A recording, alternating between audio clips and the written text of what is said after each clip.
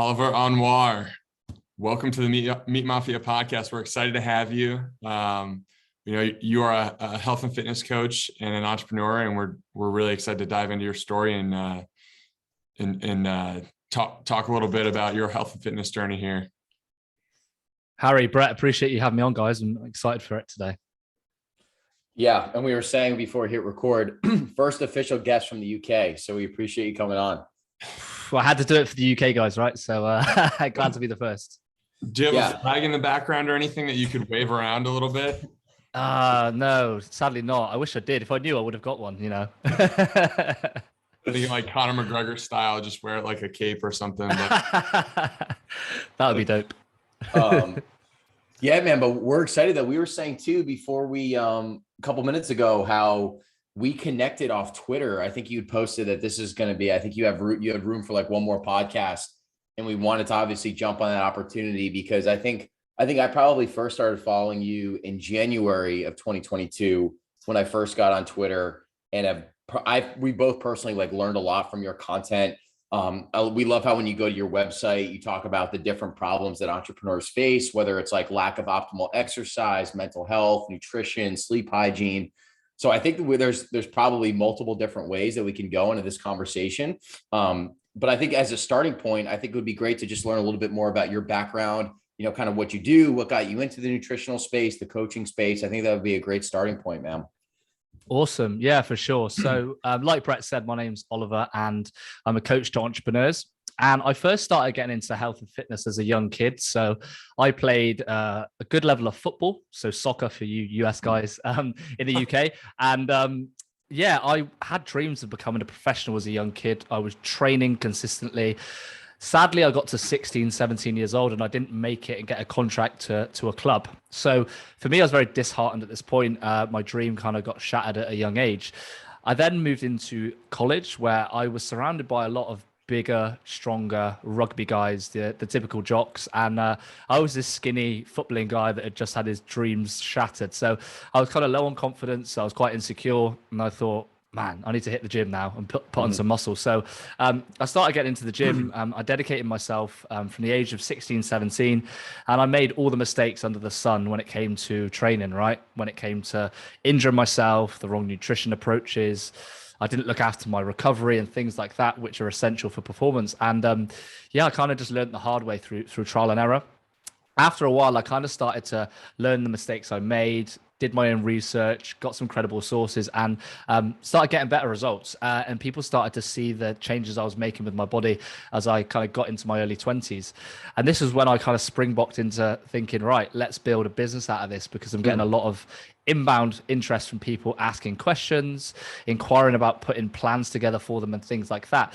So I set up a website when I was at university. I had this whole WordPress website built by the summer that I was on holiday, which was pretty cool. I learned how to do everything through YouTube, launched the site, and then on the first day of launching, I got a sale through. And I remember checking my PayPal account and I was like, what? This is crazy. Someone's paying me for coaching. I felt like an imposter, right? I was like, what's going on here? But at the same time, I also thought, wow, if someone's buying something on the first day, it means that there's maybe potential for this. So I'm like 6 years into it now, into coaching. And since then we've been coaching people from all over the world, kind of high level entrepreneurs running successful businesses and helping them not just transform their fitness, but also kind of like their mental health, their sleep, their nutrition and their whole life. And that kind of brings us up to where we are today. Oliver, is there anything particular about entrepreneurs that's made you want to kind of center them as your core clients that you work with? Yeah, it's a really good question. So one of the reasons I wanted to work with entrepreneurs is, firstly, I'm an entrepreneur. So for me, I kind of understand the pains, the challenges and the issues that you face as someone running the business. It's much different to somebody working maybe a 9 to 5 or having a different kind of lifestyle. Secondly, entrepreneurs are very fucking disciplined. And that's what I really like, is the reason they're successful in business is because they have discipline, determination, patience, consistency, all of these attributes that actually help you develop a better body and, improve your health. And if they can be translated across, then any entrepreneur, I believe, can be healthy and fit. right? So I started working with this niche because I could understand them, and I felt that I could transfer the skills across to where they are. And I also feel that entrepreneurs are very much probably some of the most stressed. They put a lot of their energy into their business, and sometimes their health is not a priority. And a lot of entrepreneurs that come to me have put on tons of weight. They've, been through lots of alcohol consumption and maybe alcohol abuse, and they have lots of underlying issues that have negatively impacting their quality of life. So for me to actually help them get out of their rut, you could say, or their hole, is actually very satisfying for me as a person to see them feeling, looking, and being better each day. How long does it typically take them to start turning the ship around? Like, you have someone come in who has some problems. How long does it typically take? It's a great question. And obviously it depends on the person, right? So if someone has been really kind of neglecting their health for years, then, it can take months, even up to, a year, 2 years to really undo that damage. But for most people, if you take 3 to 6 months of really being dedicated to the right nutrition approach, right training, looking after your habits and your sleep, you can kind of undo a lot of the damage and the issues that they face. When you look at these different levers and mechanisms that you can pull, whether it's nutrition, sleep, training, stress management, do you find that there's maybe like one variable in particular that entrepreneurs, they're not spending enough time on? Like the first thing that comes to mind for me is maybe sleep, but I'm curious if that's, what do you see with a lot of these clients? Yeah, really good question. So I'd say the top two in this order would be, number one would be nutrition. So I think nutrition is the hardest thing for most people. And especially when we couple, stress with nutrition, it usually ends up in overconsumption. And for a lot of entrepreneurs, that can happen. There's a lot of stress eating. There's a lot of emotional eating to cope with the fact that they're building a business, that they have to manage employees, or, maybe sometimes they just generally feel lonely because they're putting 12 hours a day into their business and there's not much else going on alongside that. So to cope in the evening, it's, ordering that Uber Eats, having that pizza, or drinking those drinks. There's also a bit of a lack of education around nutrition, which you guys probably know from the work that you do. There's so much BS in the industry about what's healthy for you, what's not, meat being bad for you, is it not bad for you, is vegan being good for you? Just so much misinformation that people don't know. And I think that entrepreneurs, especially, that are so consumed in their businesses, don't always have time to know and research what the right nutrition approach is for their body and what is actually healthy, because there's so much out there. So I think that nutrition is a big stumbling block and obstacle for a lot of people. Sleep is also a huge one too. And, the people that used to preach, and I think some people still do, that kind of hustle culture, I'll sleep when I'm dead kind of thing. It's a very toxic mindset to have, because, people that are underslept, they're less likely to live longer. They're less likely to have higher testosterone, low mood, right? More likely to consume more calories, be more stressed, and things like that. And that all impacts productivity, performance, and overall quality of life. So if, entrepreneurs can really get these two things nailed down, they're really the biggest kind of ROI things that are going to help them feel good and also look good. How do you convince someone? Because like the nutrition aspect, I think is probably an easier sell, but the sleep one, it's like people who are entrepreneurs are trying to dial it in every day and trying to work every hour to get, they're stressed out, they're trying to make money. How do you convince them that sleep is important for them to actually get enough of, in order to continue to like get every ounce of energy out of their workday? It's a really good question. And I think the first thing starts with general education on what it kind of does to your body. So, sleep deprivation, like I mentioned, will destroy lots of parts of your body and, affect you in later life. So, for instance, if you're underslept, you can have a higher chance of developing, diabetes, being overweight. There was a study that was shown that said people that are underslept consume 72,000 more calories a year compared to people that are, underslept, which is crazy. If you sleep for 5 hours or less, your testosterone ages by 10 to 15 years. So as a man, what happens is your testosterone is the driving fuel for you to achieve the things you need to do. And as you get older, that slowly declines.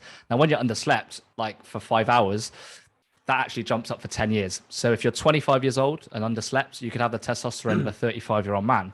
Now, the issue with that is, a lack of focus, more brain fog. You're not able to think, and it lowers your testosterone and your ability to actually find a partner. So if you don't look after sleep, you could end up being a guy that's got diabetes, that's overweight, that's tired, that can't focus, and can't actually find the partner that they want and actually even be able to reproduce from abusing sleep for a long period of time. Now, when you paint that picture to somebody, it's not very nice. They kind of say, okay, yeah, I better look after my sleep now. And the difference between like 5 hours and 8 hours is completely night and day. I mean, you can keep your diet, your exercise the same, but if you sleep for 4 hours, you're going to feel shit regardless, right? Yes. You can miss a workout, you'll be fine. You can have a bad meal once in a while, no biggie. Bad night's sleep, your whole day is fucking ruined, right? And you guys probably know that. So that's why I try and emphasize the importance of sleep. And I also try to track the sleep from my clients as well. So we use smart devices now, things like the Oura Ring and the Whoop Band, to actually track their sleep, to see where in the data their sleep is suffering. And from there, we can kind of pinpoint what's going wrong, whether that is improving their sleep environment, reducing caffeine, introducing some supplements and things like that. But the entrepreneurs that go from 5 or 4 hours to 7, 8 hours, it is like a drug that they've been given that's helping them transform their performance. So yeah, that's kind of how we approach sleep. Yeah, just anecdotally, I've noticed that the nights that I am able to get 7 to 9 hours of sleep, I literally can feel it from the moment that my feet hit the ground. There's almost like this gratitude and energy that comes. And it's not that I don't have it if I get 5 to 6 hours, but I feel like when it's 5 to 6 hours, I really have to will myself into the routine, where when you have 7 to 9 hours, you're literally just rolling and ready to go from the moment you wake up and get out of bed. 100%, man. You can feel it so much.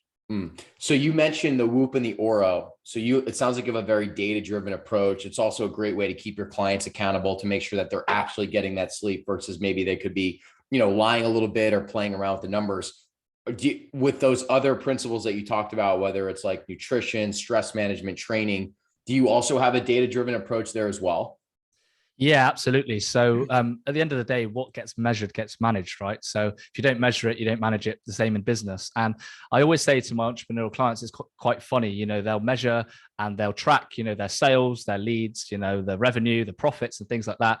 But they're not tracking their workouts or their food. And I'm like, well, why aren't you doing that? Right. It's a thing. And I say to them, you need to run your body like you run a business. Okay. So if you're tracking things and you've got systems for your business, you then need to apply that same mindset to your health, right? Because when you have a system, you track, you stay accountable, you're going to get better results. So yeah, we do food tracking, which is a very simple method of keeping your diet on track, ensuring that we track our workouts, ensuring we're getting stronger each week and progressing that way. And then also tracking things like sleep. And once you get on that upward spiral, it's actually very motivating to track things because you're moving in the right direction. So it can actually work as a form of motivation for a lot of clients too.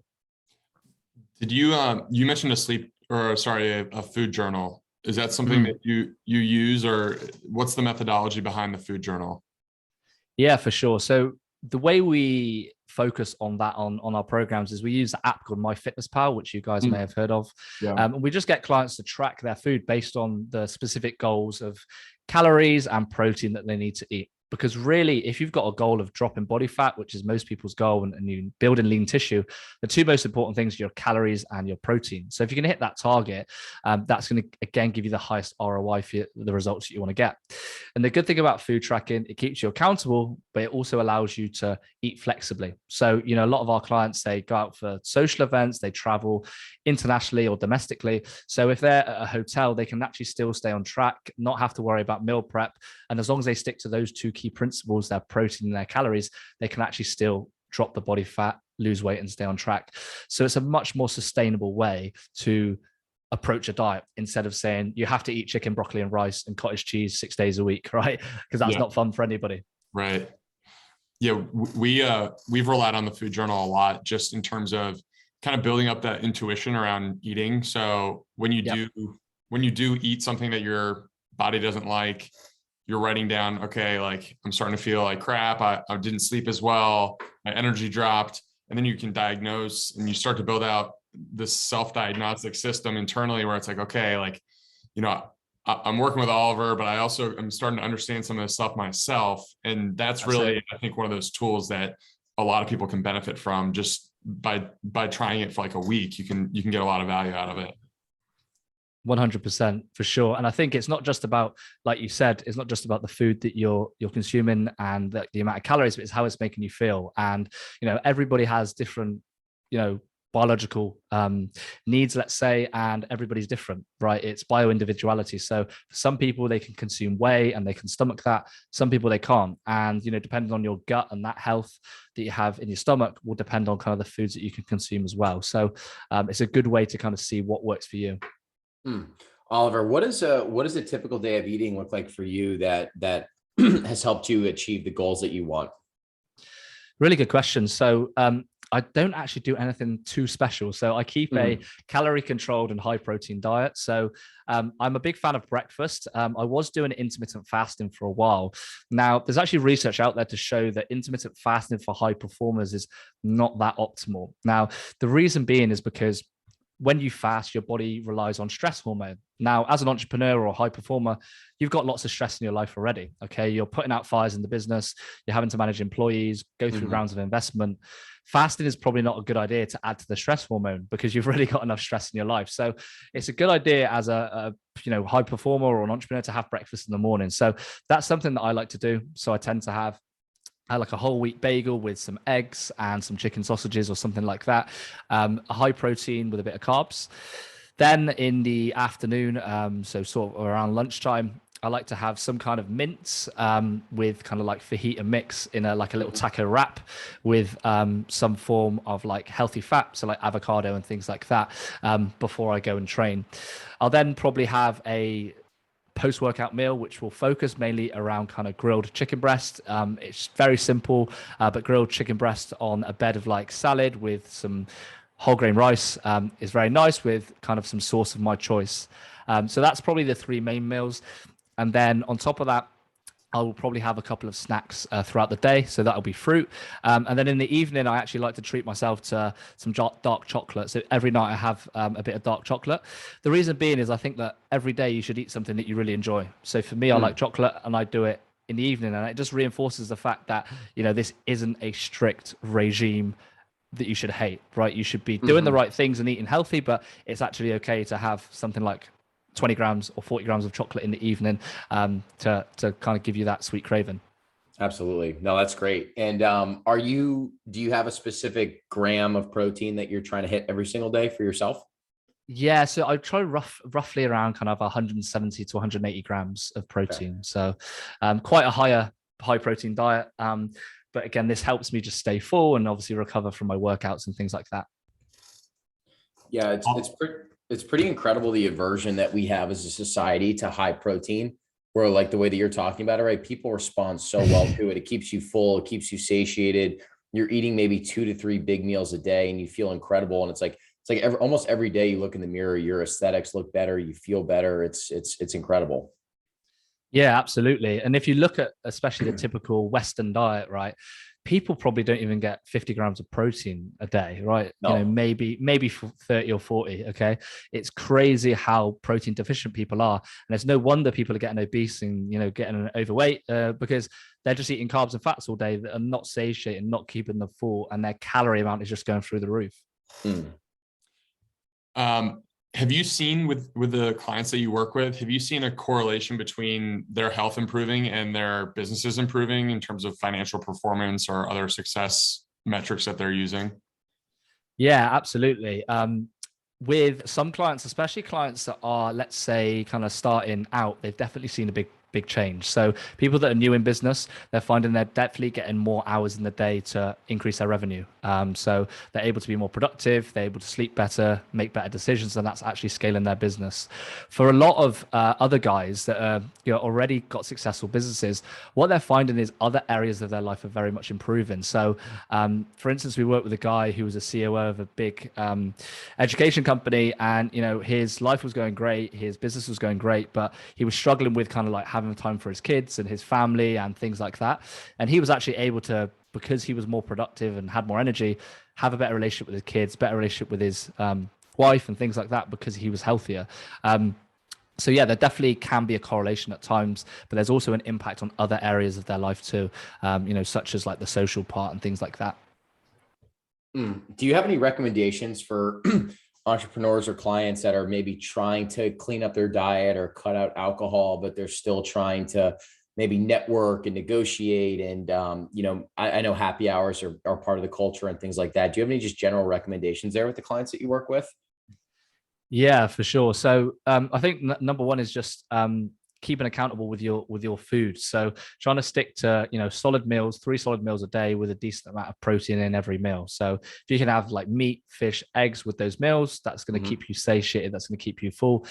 When it comes to social events, I think one of the biggest hacks that people can have is say no. Okay, to a limit, because if you're a yes man too much, and this goes to anything you do in life, you're always going to be at the whims of other people, right? They're going to be driving your behavior. So you kind of need to set some boundaries at some point and say, hey, look, I'm going to come out and socialize, but maybe I'm just going to have a couple of vodkas and a diet soft drink instead of pounding 20 or 10 beers, right? Because that's not good for your health. And that means you can still go out and enjoy yourself and be part of those environments, but you're also looking after your health and keeping that at the forefront. So that's easier said than done. And the work we do with clients, it takes time for them to do that. But, if you keep repeating the behavior of drinking 10 pints, feeling like shit, drinking 10 pints and feeling like shit, well, you keep making the same mistake. So what you need to do is stop doing that thing that's causing you the pain, right? And once we kind of address that and we put some things in place, it can be a lot easier for people to do.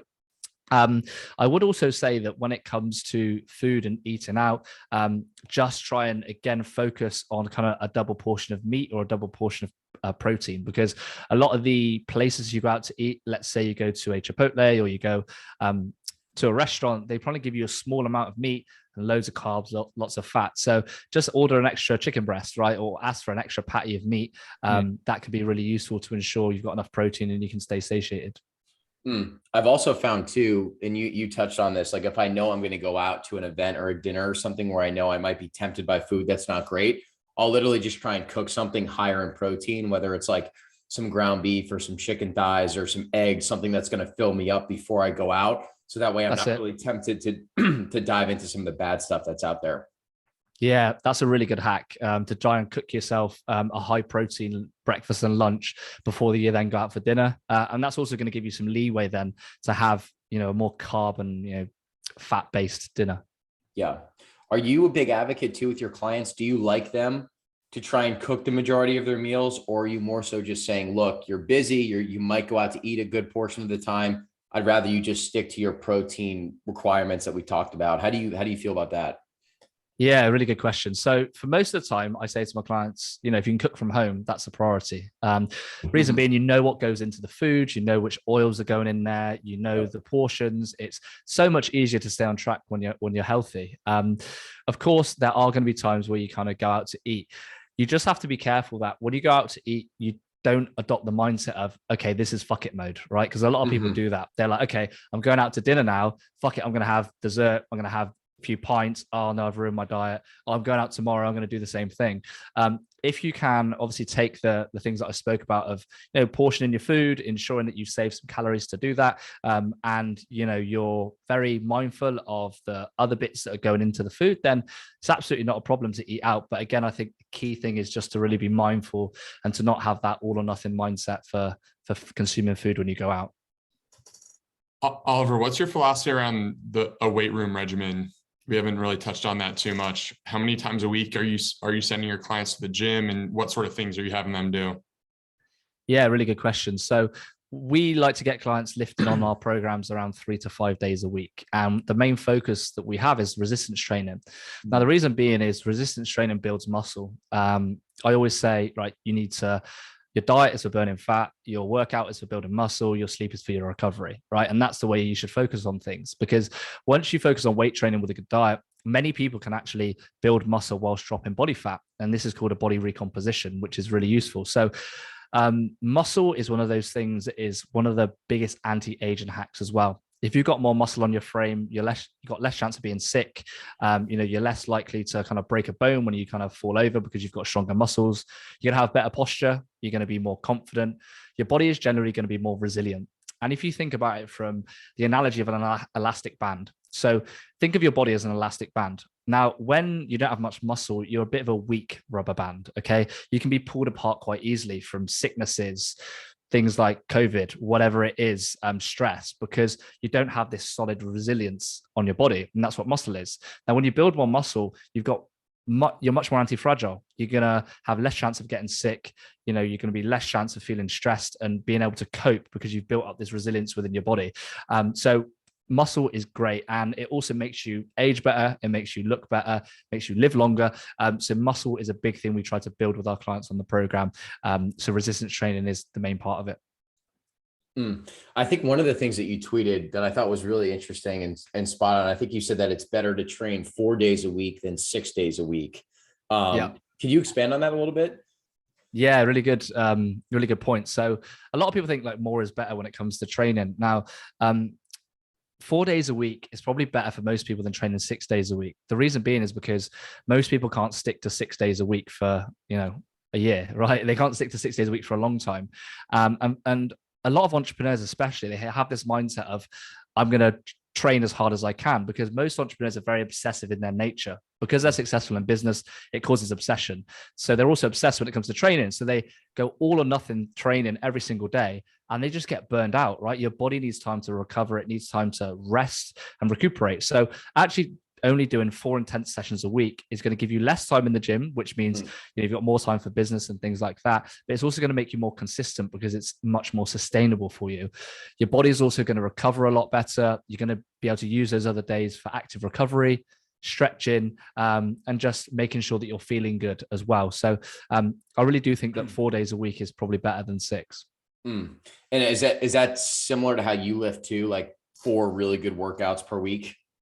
Yeah, so I'm actually training for a boxing fight that I've got next week. So I've been doing nice. Yeah, so I've been doing tons of 6 days of cardio to prep for this, but this isn't my usual training. Typically, I'd probably lift around 4 to 5 days a week in the gym, and I don't really do any more than that. I like to have at least 2-3 rest days per week. What are your thoughts on cardio? It sounds like you use it, with your boxing training, but are you using that pretty regularly when you're just training normally?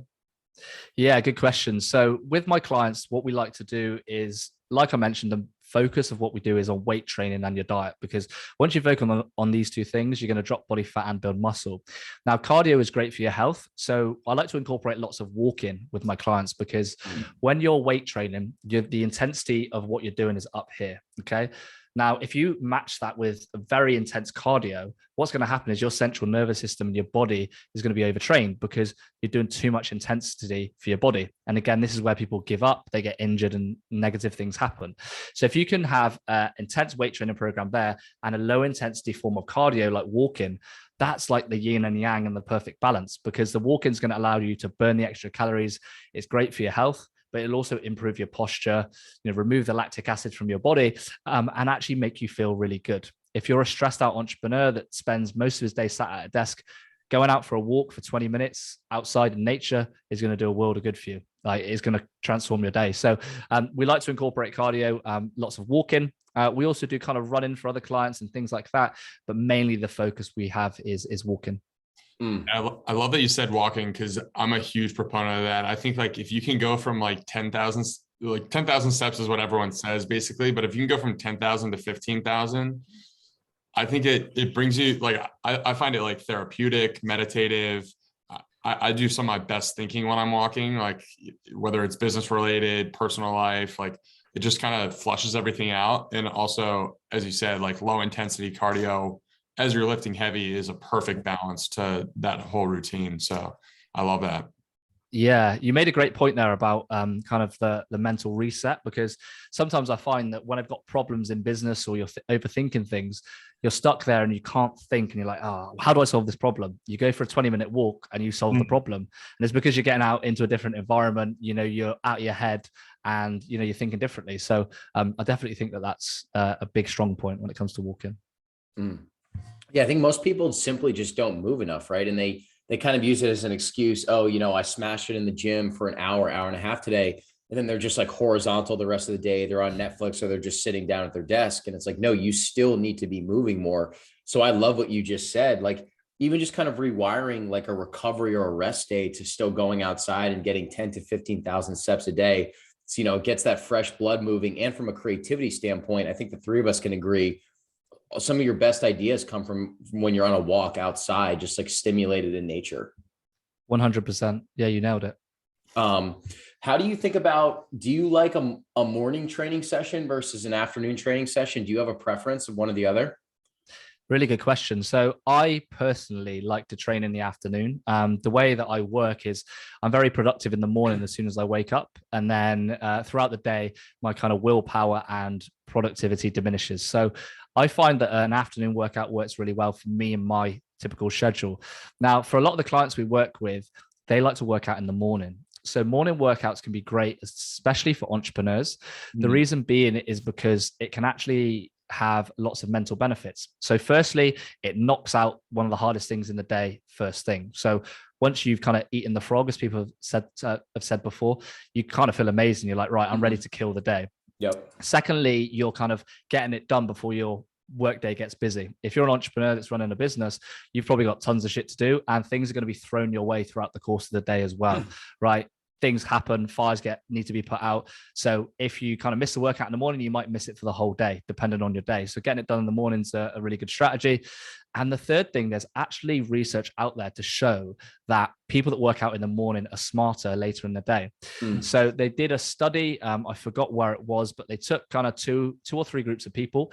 And one group, they basically did exercise in the morning, and then they did a walk every 30 minutes throughout the course of the day. The second group did exercise in the morning, but no walks throughout the day. Then the third group did no exercise at all. Okay. So the group that did the exercise in the morning and actually did the break throughout the course of the day, just standing up at their desk, going for a short walk in the office and coming back, they performed better in every single cognitive test than the other two groups. They were also more creative, and they were able to make better decisions from the study that was done.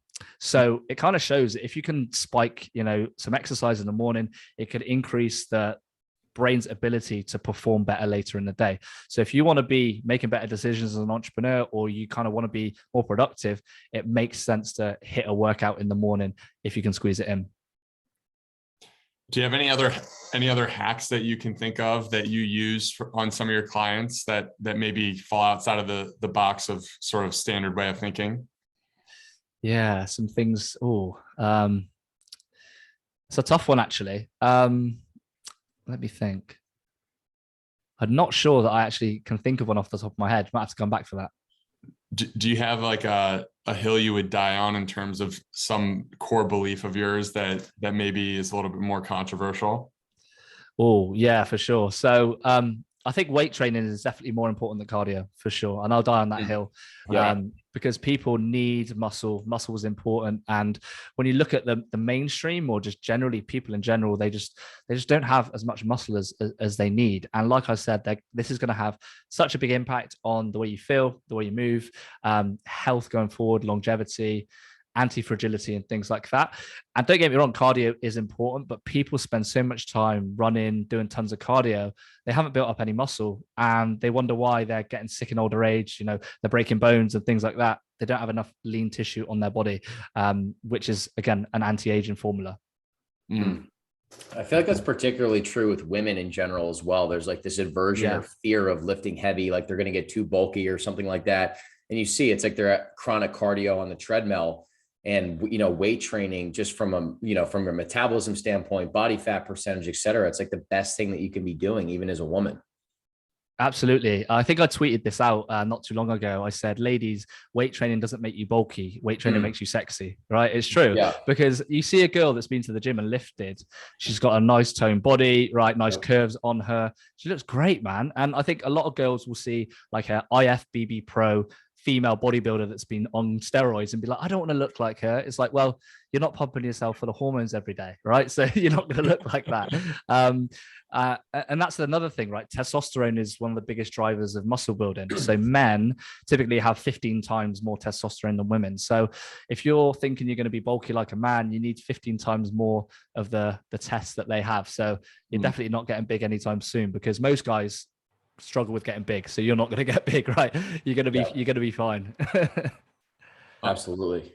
Oliver, do you have a dream entrepreneur that you want to work with?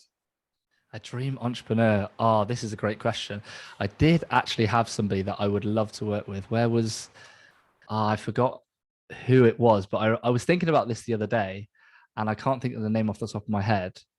I'm gonna have to think of another one now because I've lost it. But I don't know. I'd love to work with someone like Elon Musk. That would be great. Yeah. Just to see like what I could hoping- squeeze into his day. You know what I mean? I was hoping you were going to say that because I feel like it would be interesting to see because clearly, I mean, he probably takes care of himself to some degree, but he probably isn't fully dialed in on the health stuff because he has so much stuff going on. Yeah, for sure. I'd probably have to tell him to stop working and then he'd tell me to fuck off. So, you know, yeah. No, it's incredible though when you do come across people that maybe aren't really taking care of themselves from a nutritional or sleep perspective, or no, they're not hitting the gym and they're still productive and creative. Like I think about the success that I've had. I know for a fact that I wouldn't have had any of it if I wasn't running, lifting, eating well, sleeping well. I'm always just amazed by these people that don't do these things and they're still incredibly successful. Yeah, it blows my mind too. And I guess that there are just outliers out there, man, that are just maybe born with a different genetic body type and a different way of doing things. But like I found with me and, you know, majority of the people that I work with, like health is kind of like the foundation to better productivity and, like you said, success. So, yeah. Yeah. But one of the things we also wanted to ask you too, you know, clearly you have an amazing brand, an amazing voice on Twitter that you've established in a pretty short period of time. You're up to 52,000 followers. Do you just have recommendations for new creators in general that are trying to figure out kind of how to establish their voice and grow their following?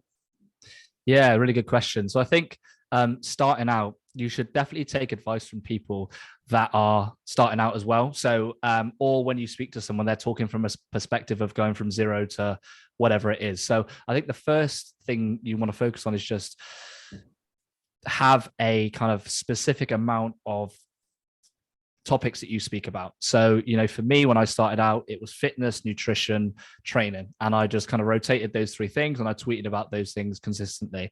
You need to give value in that. And as a smaller account, you need to get your face around the community. So you need to be interacting with accounts that are a little bit bigger than you, and then obviously the bigger accounts like ourselves, to get your face known in the comments and for people to see who you are. Because if, let's say, you add some value to one of our tweets, we might retweet your tweet to 50,000, 40,000 followers, and you've then got, you know, a access to an audience just from adding some value. So that can work really well. Consistency is really important as well. So I think I tweeted out today, like something about how I built my Twitter audience by showing up every day. And it's true. You know, I went from, you guys did it quicker than me, but you know, like you guys showed up every day to build your audience, right? You didn't miss a day. I didn't miss a day. And that's the way to grow, is it will compound over time because you keep taking shots. So that's really important, is to keep shooting every day to build your account.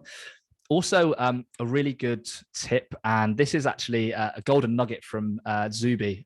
He actually said to me, to grow your account, a really good way to grow and to actually go viral is to tweet what people are thinking but not saying. Okay. Ooh. And this sometimes means something that may be a little bit controversial, but it may just be something that people just don't have the balls to tweet or are not willing to say, but you are. Now, if you're able to do that, people will really resonate with that because they're going to think, shit, you read my mind, right?